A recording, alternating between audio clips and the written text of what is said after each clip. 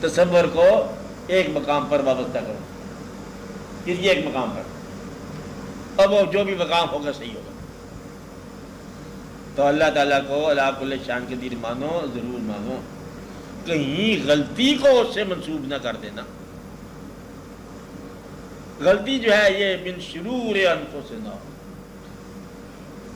یہ من شرور انفسنا، سب دعا مانگتے ہیں کہ مطلب اپنے شر، نفس کے شر سے ہمیں بچا۔ اس کا مطلب اندر شر موجود ہوتا ہے، یہ شر اپنا ہوتا ہے، تسلیم و رضا عطا ہوتی ہے۔ اس لیے اب بزرگان دین نے بڑا آسان سے بات بتائی، غلطی میری، عطا تیری، خطا کے مالک تم مان جاؤ، عطا کا مالک وہ ہے۔ وہ آدمی جس میں خطا ختم ہو گئی وہ کہہ سکتا ہے کہ یہ سارا اللہ کل شان کے لیے، خطا ہی ختم ہو گئی۔ جب تک خطا ختم نہ ہو، کچھ عرصے کے بعد جو ہے نفس کی خواہش ختم ہو جاتی ہے، لالچ کی خواہش نہیں ختم ہوتی، لالچ کا وہ مال کیسا بھی ختم ہو جاتا ہے کچھ عرصہ بعد۔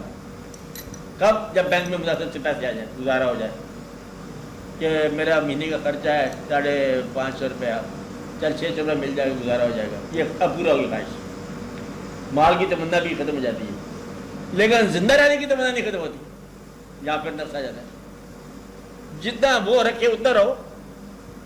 اس لیے نفس جو ہے نا کہیں مطلب مبتلا کرتا رہتا ہے۔ عبادت کی تمنا جو ہے یہ عطا ہے، اور عبادت کا اظہار جو ہے یہ نفس ہے۔ آدھے سے زیادہ لوگ جو ہے نفس کی نماز پڑھنے لگ جاتے ہیں، اظہار پر ملا کہتا ہے اچھا معاف کرنے میں اثر ہو گئی ہے، میں جا رہا ہوں، کل میں وہاں گیا تھا، یہ آپ کو کہیں نمائش پیدا ہوگی بیچارے میں ہو جاتا ہے۔ نفس جو ہے نا یہ بڑا خطرناک، کیونکہ تمہارے اندر ہے نا، تمہارے جیسے شعور بھی رکھتا ہے، تمہارے ساتھ پلا ہے نا، ساتھ ہی پیدا ہوا، تو یہ اتنا ہی میرے کاریگر ہوتے ہیں جتنا آپ ہوتے ہو، کیونکہ آپ بھی خود ہی تو ہوتے ہو۔